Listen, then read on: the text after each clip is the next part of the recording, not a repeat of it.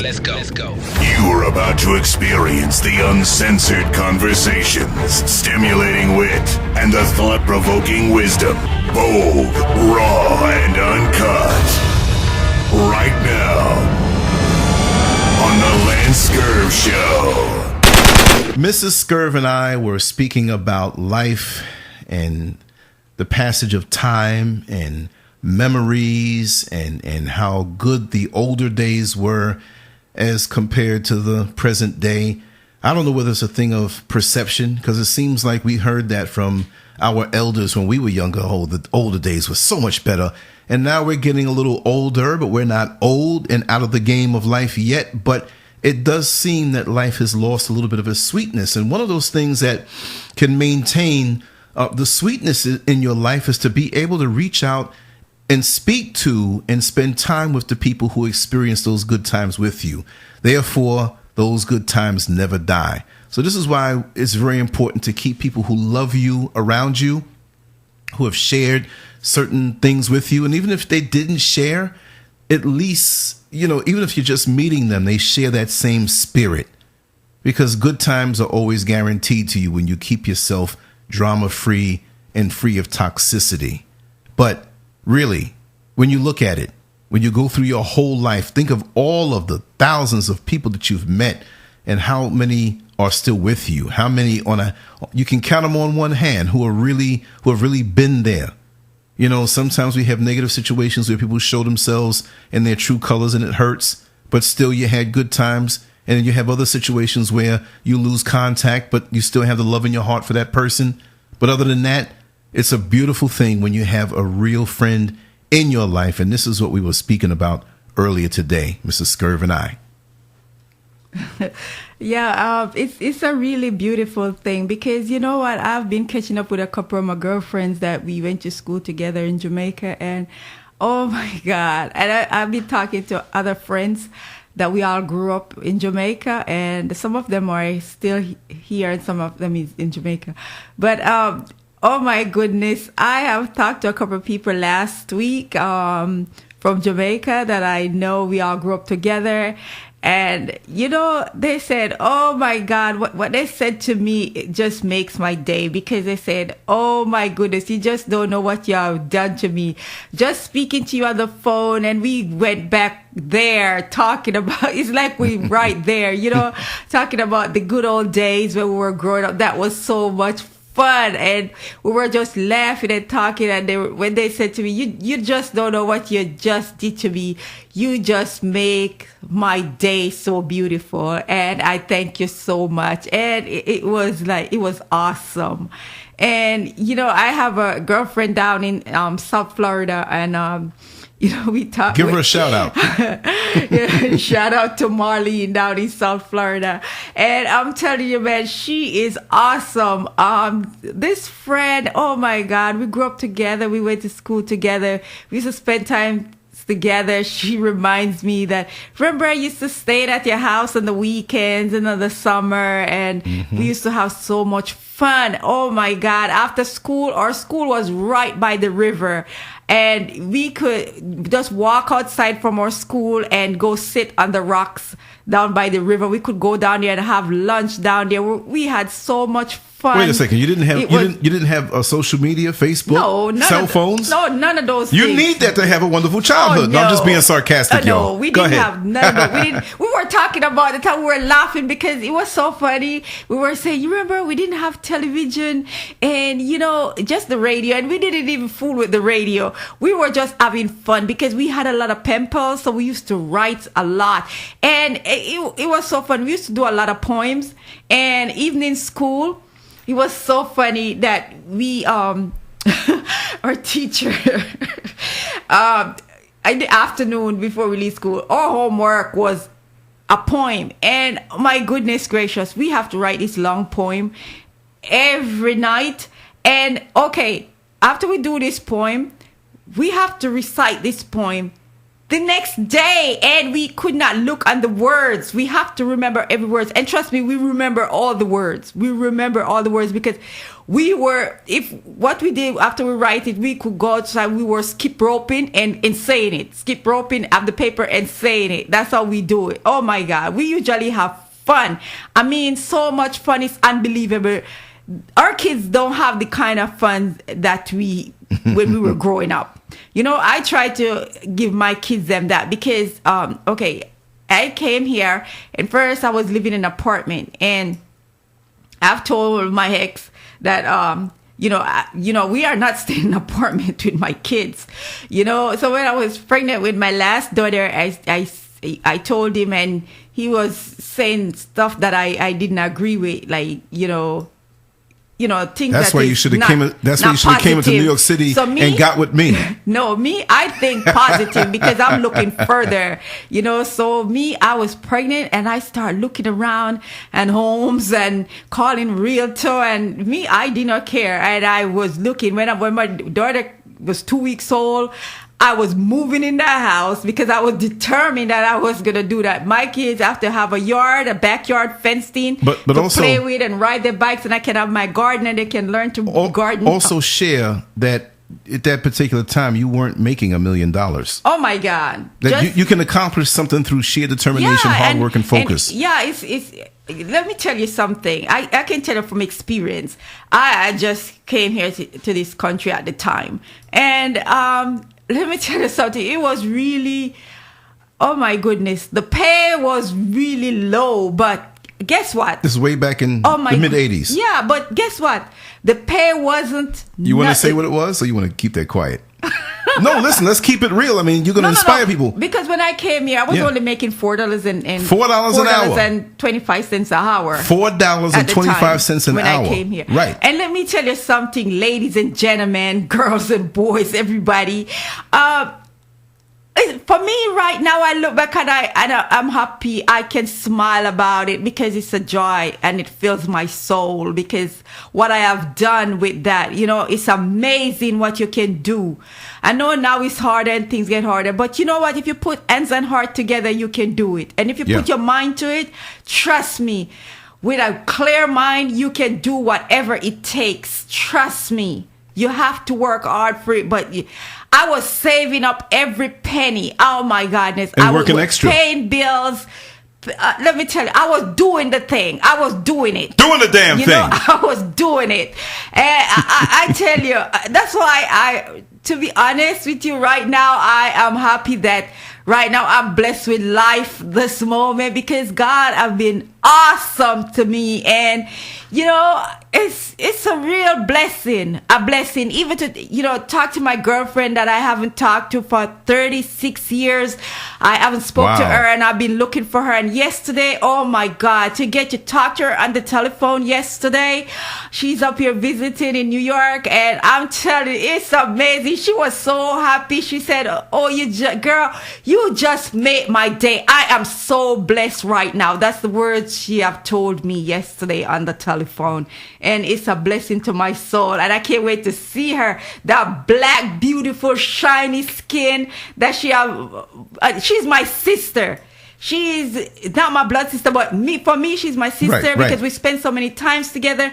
Oh my goodness. I used to be at our house for all weeks and weeks, and she come and visit me and the people then that adopted her. Not that our parents have a lot of them. So this couple took her in and raised her, and her parents was close by, so she still have her parents to visit and whatever. But this girl is awesome.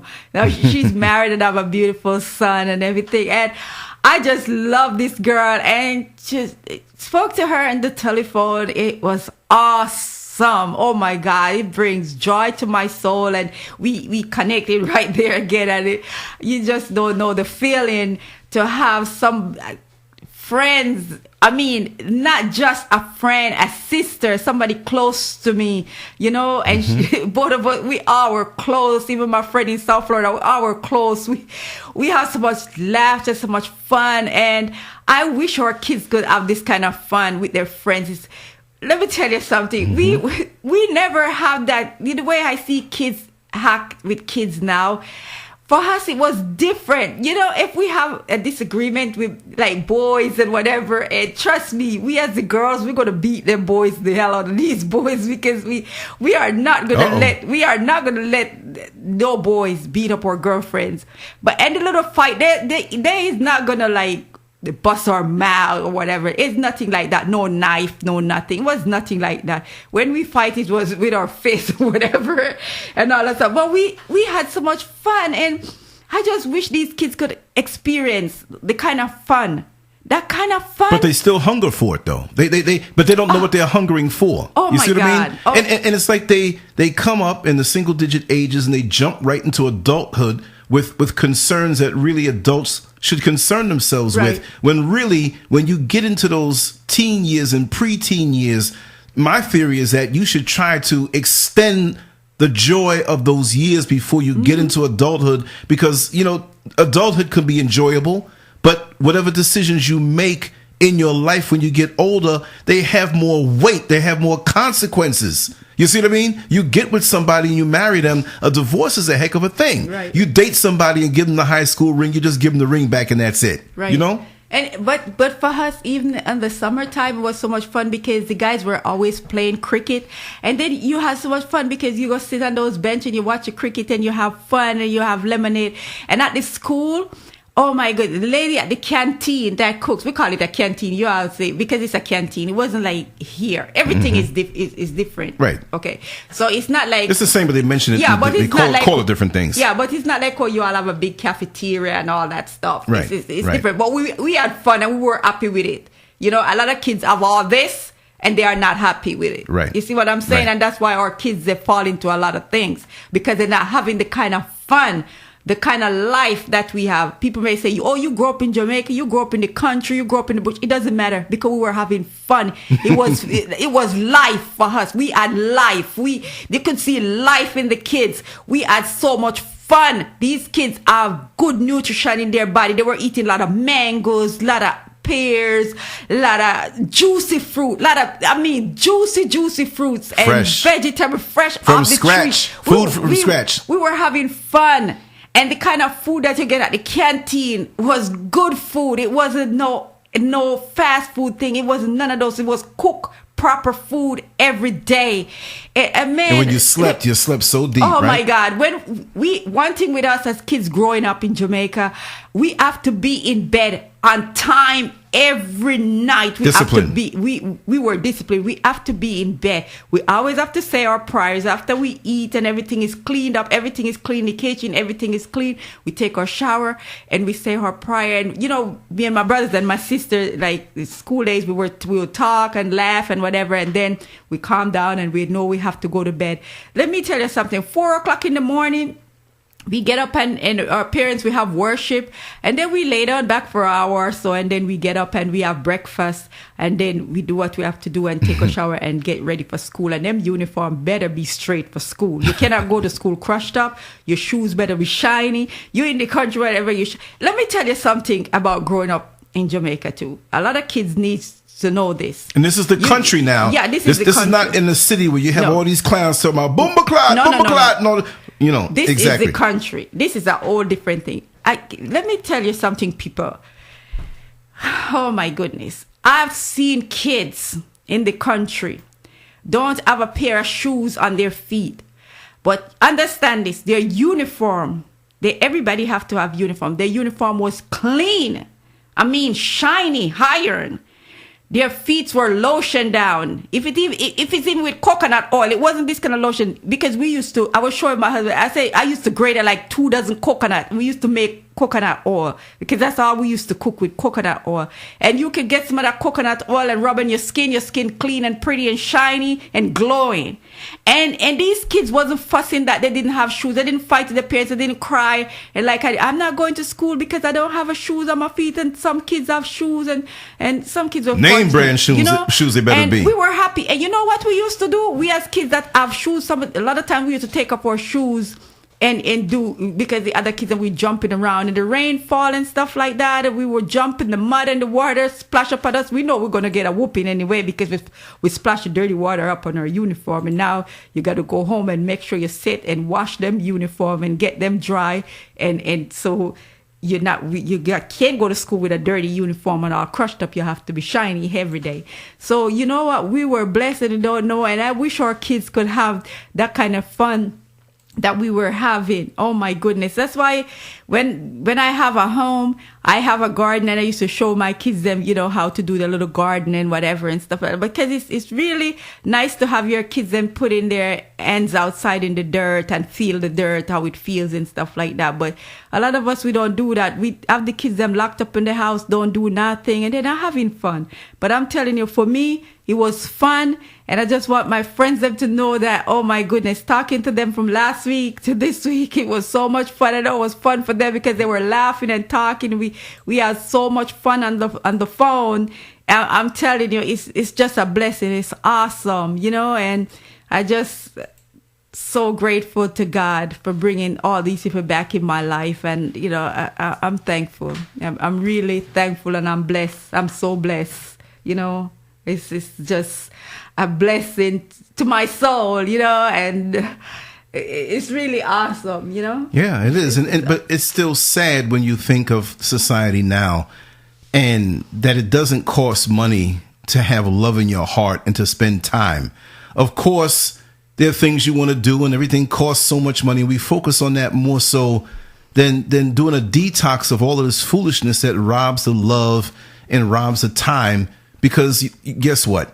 When many of these young, and I'm using them as an example because this is the day and age that we're in, but you got to really understand too, that pick whatever day you want back in the 90s when cell phones really became accessible. Not even the 90s for some people, after the year 2000, 2001, until Metro came around. You know what I mean? But, cell phones, computers, this is 2017, right? You take a 20-year-old. They do not know life without a cell phone. They do not know life without a computer.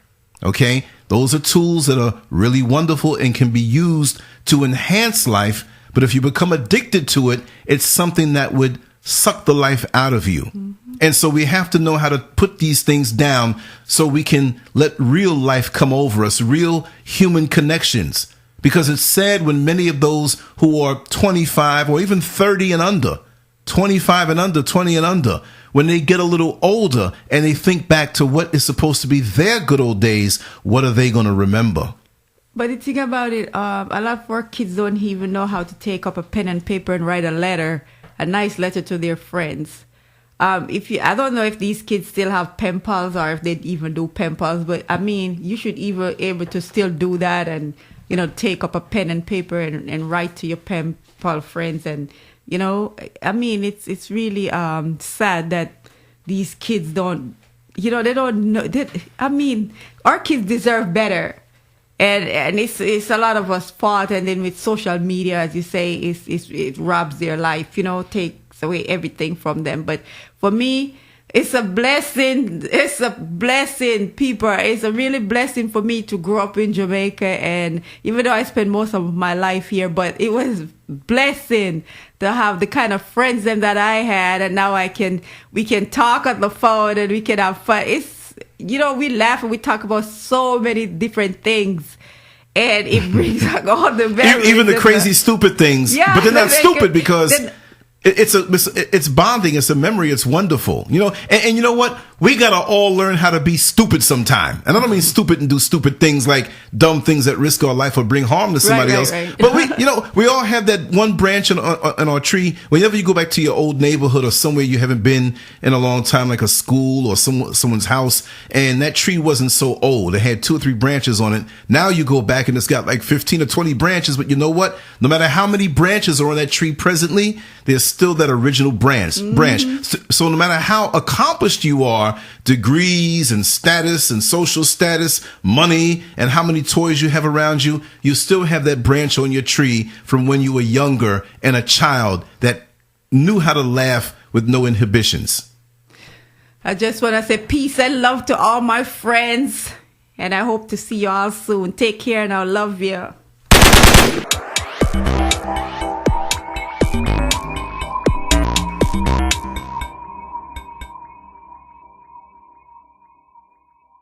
Make sure to check out the boldest blog at LanceScurv.com and follow Scurv on Twitter, Facebook, and YouTube under LanceScurv.